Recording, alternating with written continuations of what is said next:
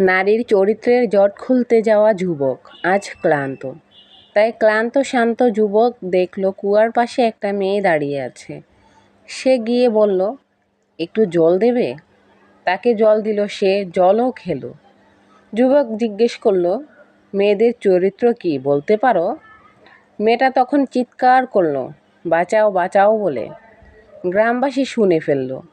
গ্রামবাসী তখন লাঠি সোঁটা নিয়ে আসা শুরু করলো। যুবক তখন বলল, প্লিজ তুমি এটা করো না। আমি ভেবেছিলাম তুমি ভদ্রঘরের মেয়ে।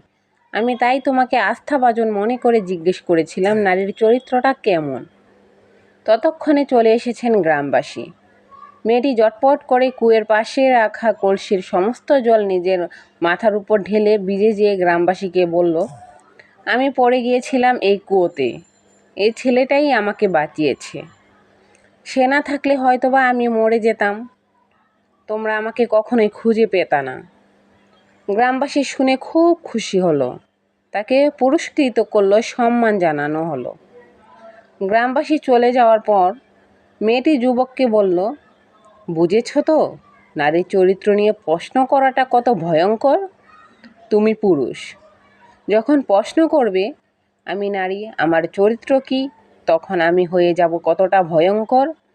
যখন তুমি আমাকে দিবে একটু সম্মান, তখন আমি তোমার জন্য হয়ে যাব জীবন রক্ষাকারী নারী। এটাই নারীর চরিত্র।